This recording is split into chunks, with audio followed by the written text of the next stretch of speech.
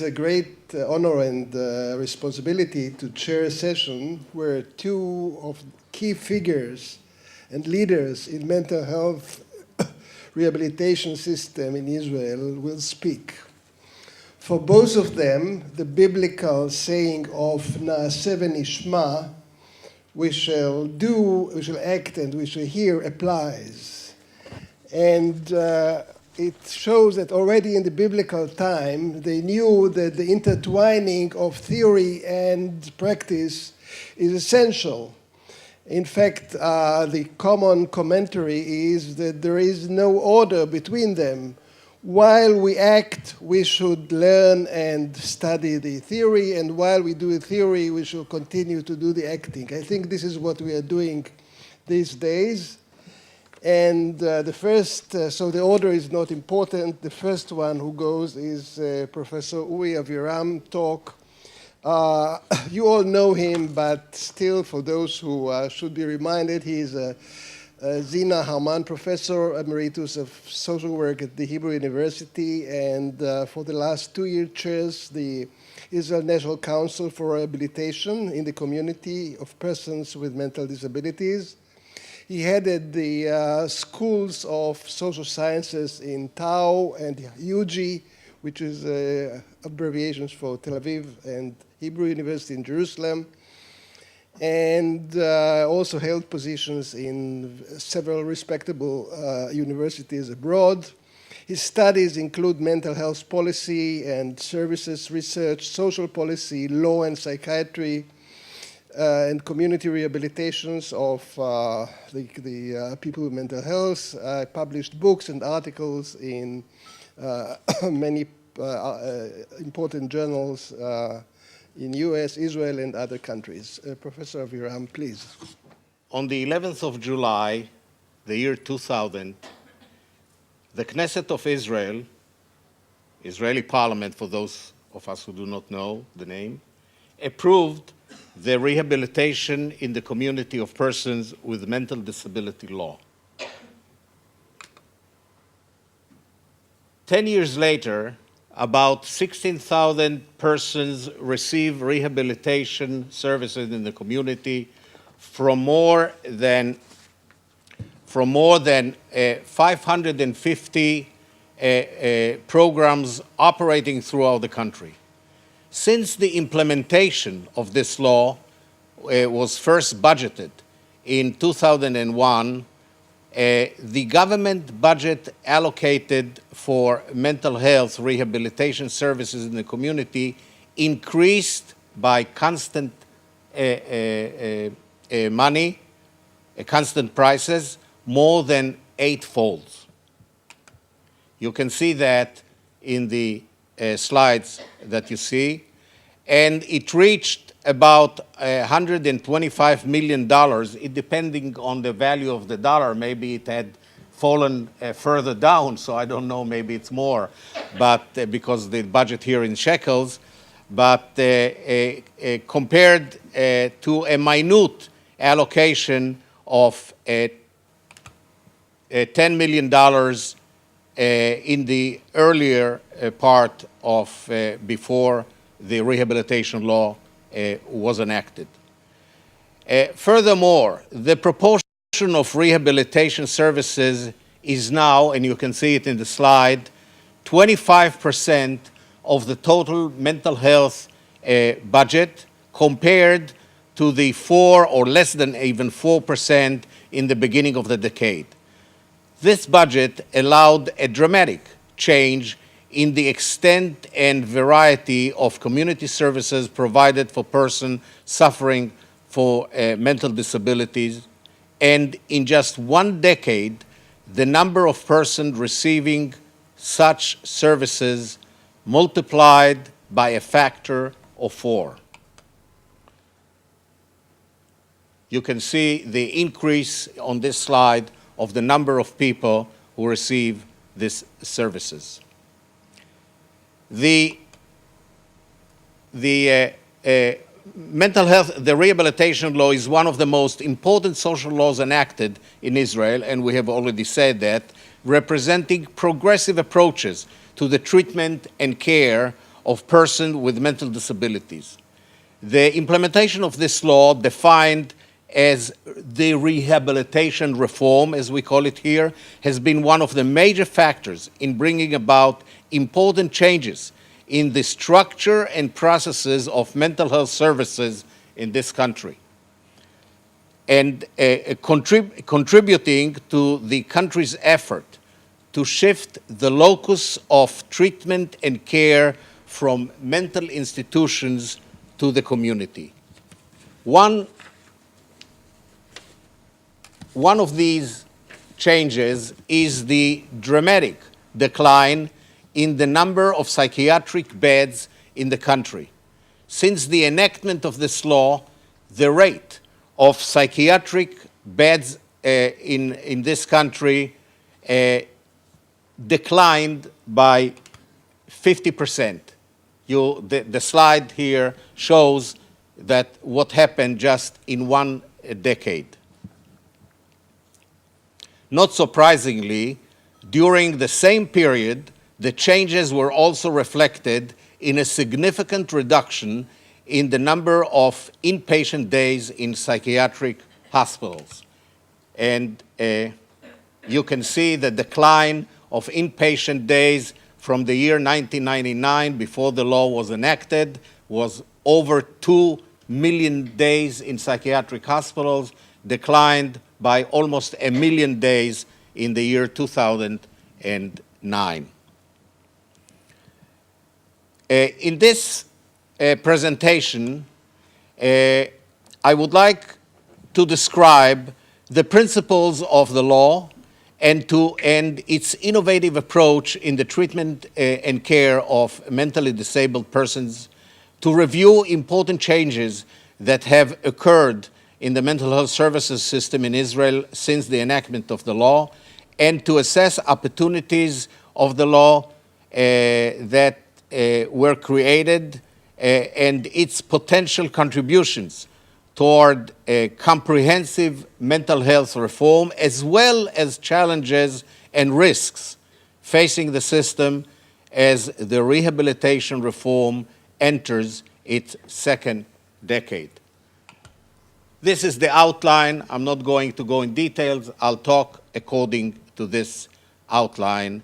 And I'm also going to skip the methods that I've used and go on directly to the next topic. The basic tenets of the rehabilitation law are the entitlement of rehabilitation and the provision of services based on defined eligible criteria and professional assessment of need. As clearly stated in the law, its purpose was to strive for and advance the rehabilitation and integration of the mentally disabled in the community in order to allow them to achieve the maximum degree of functional independence and the highest possible quality of life, while preserving, as Mrs. Gorzhansky told us, their dignity and spirit in the spirit of the basic law, human dignity and liberty. The provision of the law entitled every person 18 years and or older who has medical disability of at least 40%, as established by the criteria of the and regulation of the National Insurance Institute, accompanied by a professional opinion from a psychiatrist, to apply for psychiatric rehabilitation services. The application can apply to the applicant can apply to a regional rehabilitation committee. Most of you know this, which is composed of 3 mental health professional workers, and providing a package of services, as Mrs. Gorzhansky mentioned, that are listed in the law, not leaving it to a different interpretation of different people in different times. The law also established a national council whose task has been to monitor the implementation of the law and advise the government how to further develop rehabilitation services for mentally disabled.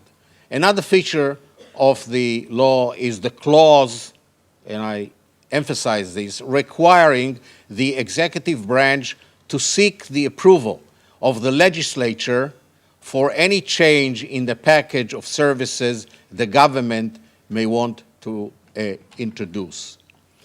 By any international standards, this law, I think, represents an innovative and progressive approach in the treatment, rehabilitation, and care for persons suffering from mental disability.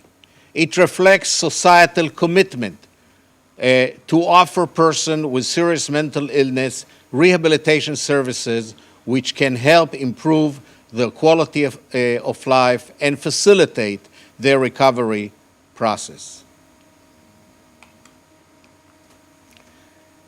I would like now to talk about some of the issues that are facing us as we enter into the second decade of the law. Admittedly, without the leadership, commitment, and determination of Tamar Gorjansky and others, legislators, administrators, mental health professionals, family members, and users of services who joined her, this law could not have been enacted. That's for sure. However, a configuration of factors, including coalition of interest groups and specific circumstances, allowed the effort of the leadership that initiated and advocated for the law to bear fruits. Had it been today, I doubt whether it could have been possible. This law was private initiative of a member of the Knesset, submitted in spite of the position of the executive branch. Since then, a special law was passed requiring government approval for any private legislative initiative that has major financial commitment and implication. So I cannot say what would have happened, but I doubt whether the law would have passed. So it was a great opportunity, but people in this business of us should know to capture, to recognize and capture the opportunity to advance social change. Another important factor is the process of the rehabilitation law was the fact that the Treasury, and I emphasize that, supported it and decided to budget its implementation. Had it not been the case, this law could have been remained on a fine legislation on the books with no real effect on the system. During the process of legislation, the Treasury tried, according to what I learned, to prevent the legislation, and Mrs. Gorjansky mentioned part of it. But due to the concern due to the concern of uncontrolled and unpredictable financial demands, and only when they realized that it could not be stopped, the Treasury decided to join the coalition that supported the law. You know the say, if you cannot fight them, join them and try to make some changes. However, the Treasury agreed to support the law only after reaching an agreement with the Ministry of Health for a massive reduction in the number of psychiatric beds. Later, as we'll see, the Treasury, still concerned from the lack of a financial cap on the demands for entitled rehabilitation services, will try, as you very well know, to change our law. As in many other legislation processes, the coalition supported the law could be defined, in my opinion, as unholy alliance. unholy alliance, meaning in which members of the coalition supported the law with different objectives in mind, emphasizing different points and not necessarily expecting similar outcomes as a result of the implementation of the law.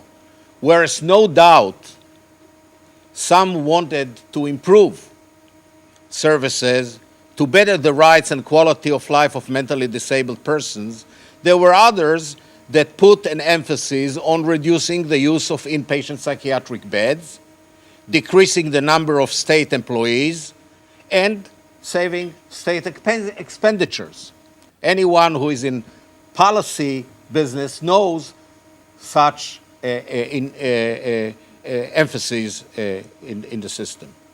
And as you know, once a law is passed and implemented and the circumstances change, often the coalition that supported the law is weakened or might even completely dissolve. Furthermore, I'm sorry, the lights here are a bit difficult.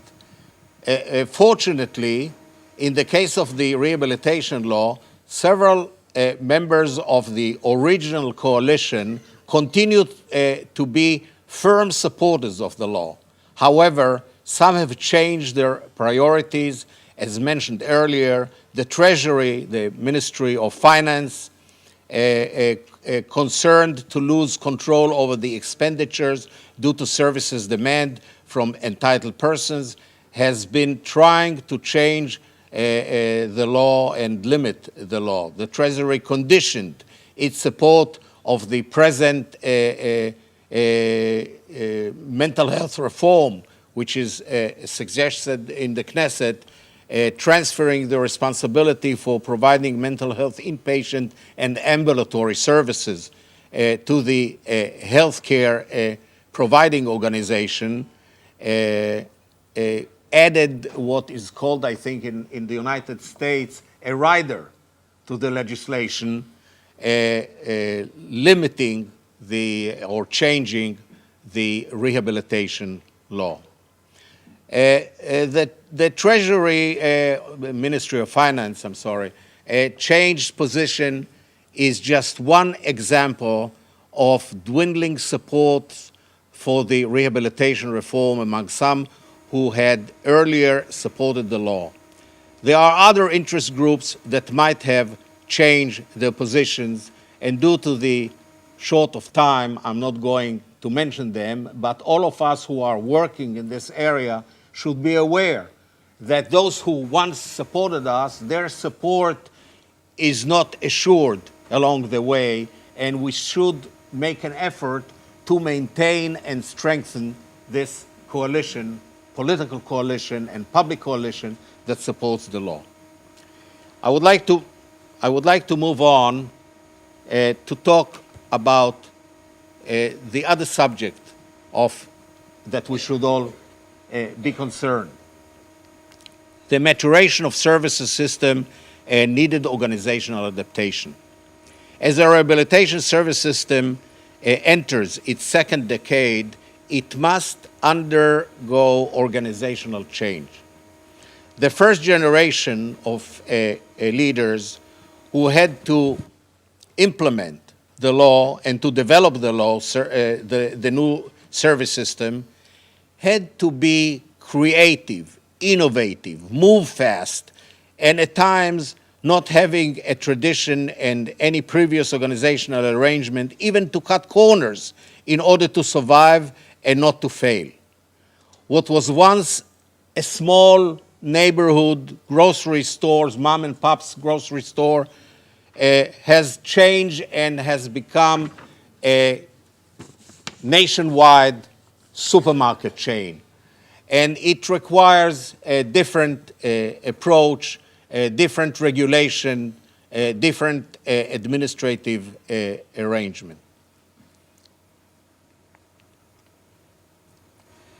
A recent annual report of the Comptroller General and the Israeli National Council for the Rehabilitation in the Community of Persons with Mental Disabilities illuminates some of the areas requiring changes. And I listed some of them. I'm going to go very briefly on that. We are talking about the need to consolidate the system. We need to strengthen the administration and the headquarters branch of the administration. There is a necessity for monitoring and better control, especially since we're talking about a system which is a privatized system. We have to look at the target population, looking at the criteria, looking how to implement, how to bring them in, and the budget, of course. You know, we have very many good ideas, but without the money, we cannot do much. The other thing that I wanted to mention is a situation of a market failure. As you very well know, the whole system is privatized. However, the government wants also to save the money. Now, by saving money, they sometimes put regulation and make arrangement that the people who provide the services do not have enough in order to have a market of competition. And in the long run, a situation like that may create a market failure, whereas government become dependent on the operators, the private operators, because if they are not going to use the specific ones, they would not have places to place people in. So if we want to use a private system, we should maintain good payments that people, it would be worthwhile for people to provide the services, and we should have the monitoring and control to see that things are done, but that it would be a competition in the market in order to have a good system in. Another point that I wanted to make is the issue of personnel. People who deal with rehabilitation should know their business, should be trained. And unfortunately, aside from a few programs that started, one at the Hebrew University and one at Haifa University, and the people, both heads, Ron Shaw and David Roe, are here with us. As the school for rehabilitation, training people, has not been in operation. And we should maintain a high quality of personnel working in this system, and not to allow, in order to cut costs, to hire people that have less than a good knowledge and experience in the system. And finally, since I have been all my life in this business of research, I could not but make a point about the importance of a database system, knowing what's going on, being able to study what's going on, finding out what needs to be changed, and then have good research system and good evaluation system that allows us to operate, to provide the services. Third, personnel, those who take the money and provide the services, and I already mentioned about the knowledge they need. And finally, the package, the basket of services that was already mentioned. Is it okay? Should we add? Are all the people that need get what they need? So we should look at these four major areas. Now let's take a look at the client groups or users or consumers. Each country uses different definition. First of all, as you very well know, the system so far, in our estimate, covers only 15 to 20% of those that we estimate as entitled for these services. We have only 16,000, and the estimate is that several people did that, is maybe 80,000 people or 100,000 people that are entitled to that, and that's talking only on the persons that need rehabilitation. But we have to talk also about the families. And if we include the core family, according to the average size of a family in Israel, we are talking about 300 to 350,000 people that affected directly because of mental disability. This is the size of a medium-sized town in Israel. It's a lot of people. Now, of course, if we bring in even those people into the system, then we're going to have many more that are going to be affected, aside from all those who were not included in the first time, and we have to go, even if we reach 50% of the population that is entitled, we are talking about 50,000 people and not 16 or 17,000 that we have today. The other thing that all those who studied the system, and we mentioned it several times, that unfortunately we do not have yet long-range plans. Plans looking ahead several years. We've just learned from, I think it was Professor Thornycroft that mentioned that, or maybe Dr. Slade, that mentioned that in the UK you have a 5-year or 10-year a plan ahead of time. I wish we will learn from you to have such plan ahead of time and not to plan a year by year. And of course, you need for that a database system. The other thing that I wanted to mention about clients, about users, is the fact that whereas the first group that entered was the more docile patients that lived in the back wards, in mental hospitals. They were, I guess, more disabled, but easy to deal with, or easier to deal with. The client's population is changing and becoming more difficult with dual diagnosis, younger. And we have to adjust the services to that, for that. And we should tell the Treasury people, I'm sorry that they're not here, that it takes more money, not less money, in order to rehabilitate them. I would like to move and to talk about the budget allocations. Now, as you could see, budget for rehabilitation increased 10 times during the decade. Or if you would like to use constant prices adjusted for inflation, we're talking about 8 times. But it's a tremendous change, and you have seen the slide. I already mentioned, and I showed you the slide, that the rehabilitation portion of the cake, of the total mental health budgets, increased from less than 4% of the total mental health budget to 25%. Yet, we are talking about a big chunk of the mental health services going to mental hospitals.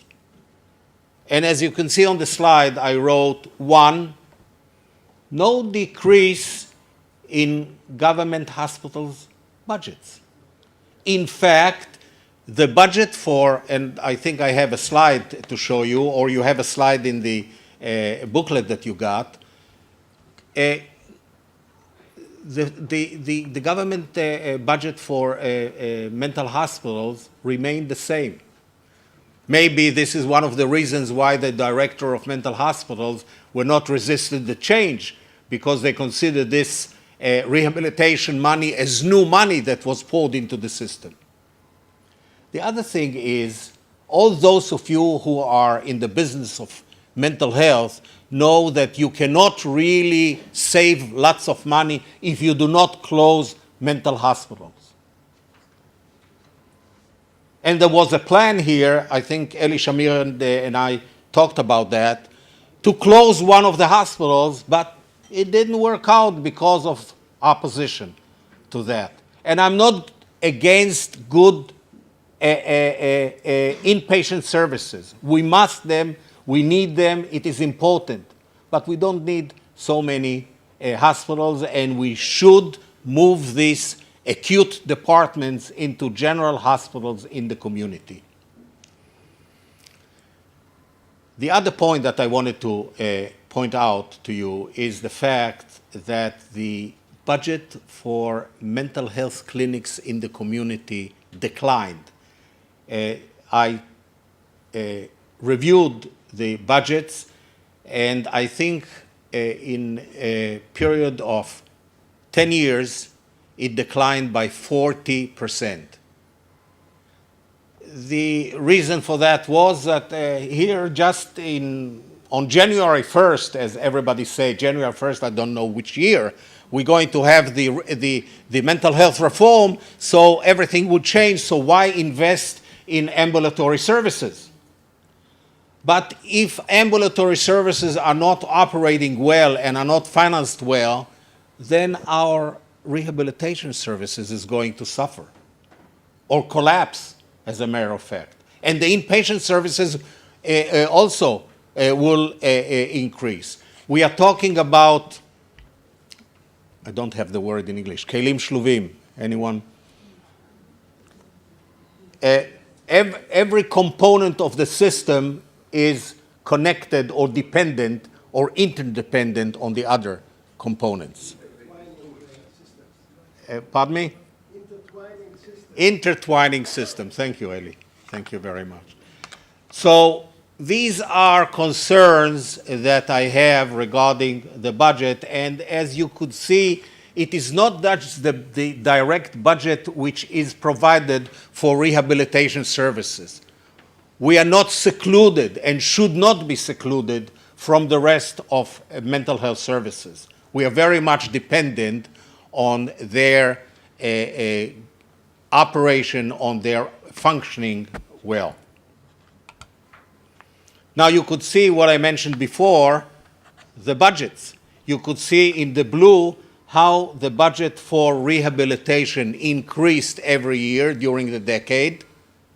This is in constant money, in constant prices. And how the budget for government mental hospitals hasn't changed, as a matter of fact, in spite of the fact that many of the people that the rate of psychiatric beds declined during the decade by 50%.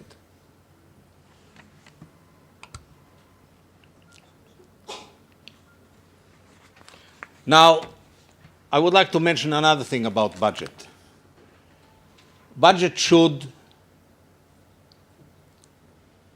include increase in the basis of the number of people that should be included. I mentioned before that the number of people in rehabilitation is maybe 15 or 20% of those who are entitled.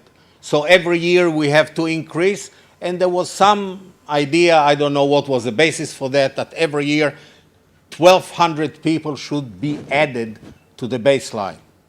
But in addition to that, there is also increase in the number of the population in this country. People are born, people are becoming older, and some of them, unfortunately, suffer from mental disability. So the budget should allow for that. And in addition to that, we should make adjustment for inflation. Unfortunately, we have not a great inflation, but some inflation. So I just decided to make an exercise and to see if indeed we would have increased the 1,200 people per year in order to include more of those who are entitled, who are not included in the baseline. And in addition to that, adjust for inflation and adjust for population growth, the system would have looked like this. Whereas the amount of per capita is declining, the blue one. is declining while the number of people increases. A few more comments about the potential effect of the insurance reform. The idea to transfer the responsibility for the provision of ambulatory care and inpatient care to the healthcare providers, and the government to remain in the task of regulatory agency, not provider of direct services. We need a great improvement of the ambulatory care, as I mentioned. We should have great efforts to avoid hospitalization. There would be an increased demand for rehabilitation services. And those of you who know, the rider of the insurance reform that dealt with the rehabilitation was that the Treasury wanted to keep it with a cap, not to include and actually provide even incentive to the healthcare providers not to increase the number in rehabilitation, which I never understood. I know there are incentives for that. The other thing that I'm concerned about is that as ambulatory services function well, and I do hope they'll function well, they may neglect our population, the target population of the severely mentally disabled. This is not a new discovery. It has happened in many other countries that the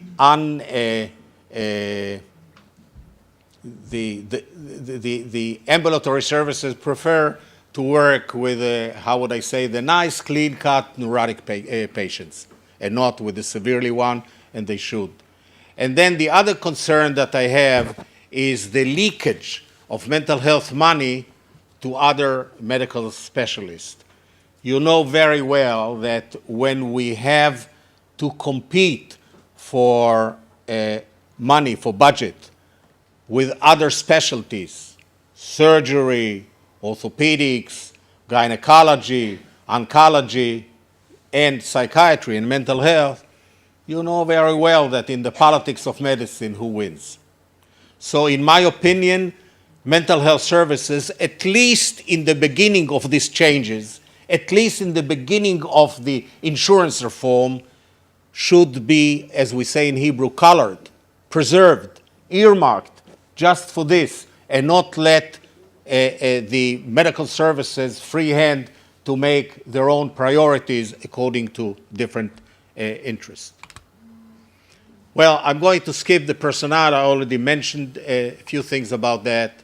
And I already talked about the services and the danger of the private market and the market failure. We have to assess present packages. We need to adapt to the change of the nature of our recipients, adapt to changing circumstances, and need constantly, I think, and this workshop is part of it, to assess what we know in the world. We should not try to reinvent the wheel. Some people already invented that. We have some, even in this workshop, experts that came from other countries that made some failures, and they should tell us what are the failures, but they have some successes and should tell us for that. And we should not believe that we are just the center of the world and we know everything. Although sometimes we have a tendency for that, unfortunately. You know that, don't you? Well, concluding my remarks, first of all, the achievement so far is really something that we should be proud of. And I'm proud of, as being a member of this society. When Yechiel Shashevsky and myself were interviewed a few weeks ago regarding these events on television, Ben Caspit, when he heard about that, said, well, this sounds very good. Chapeau, he said, to Israel. And it was nice to hear from that. However, no assurance of continued success. and I mentioned already something. You know that circumstances have changed. Future is unpredictable, especially in the Middle East, but also in the world in general. And the fact is, and we should recognize this fact, that we deal with weak, excluded, stigmatized clientele, and that makes our work much harder. We need political and public lobbies. We need families and users lobbies and the general public to be supportive of that. And Israel has not yet reached the stage that mental disability and mental illness is an open thing that society talks about, and legislators who has members of their families suffering from mental disability, all of them will talk openly about this fact. Not yet, but it has been improving, and I think the law that we're talking about has contributed to some change in this matter. We must have a long planning. We must look forward and plan several years ago and have set some priorities for us. And since we live in a very turbulent society, especially in our country, we are limited in what we can plan ahead because many things are unpredictable.